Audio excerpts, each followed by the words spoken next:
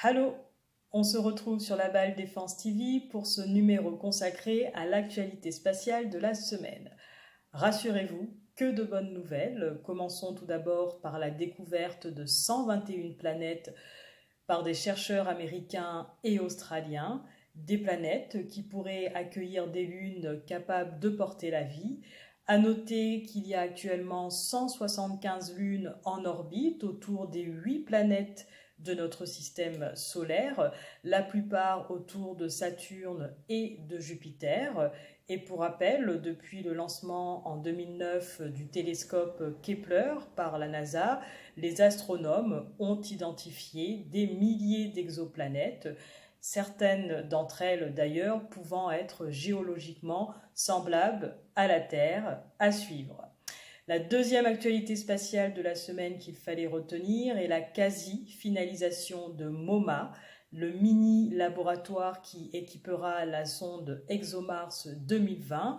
Cette mission s'inscrit en effet pour mémoire dans le cadre du lancement de la sonde européenne TGO en octobre 2016, qui s'insérait en orbite autour de Mars et larguer le fameux petit atterrisseur, le module Schiaparelli, qui hélas se cracha sur la planète rouge, mais pas de panique puisque la deuxième phase de la mission entrera en scène avec un rover sur le sol de Mars en 2020.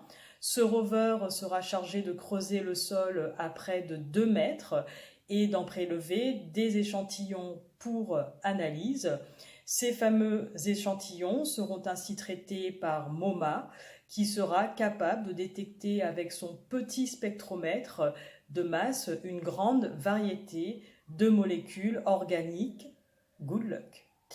Allez, la dernière actu de la semaine avec Spirou, le spectromètre français qui a collecté sa première lumière d'étoiles. Ce chasseur d'exoplanètes a été conçu pour cibler les naines rouges dans l'infrarouge à seulement quelques années-lumière. À noter que cet instrument international porté par la France devrait débuter à l'automne prochain ses missions scientifiques. Autre point à noter est que l'observation des naines rouges s'explique notamment et avant tout par leur grand nombre. On estime en effet qu'elles représentent près de 80% des étoiles de la Voie lactée. Ces observations permettront donc de mesurer la masse des planètes découvertes. Formidable. Voilà, c'est tout pour cette semaine. See you.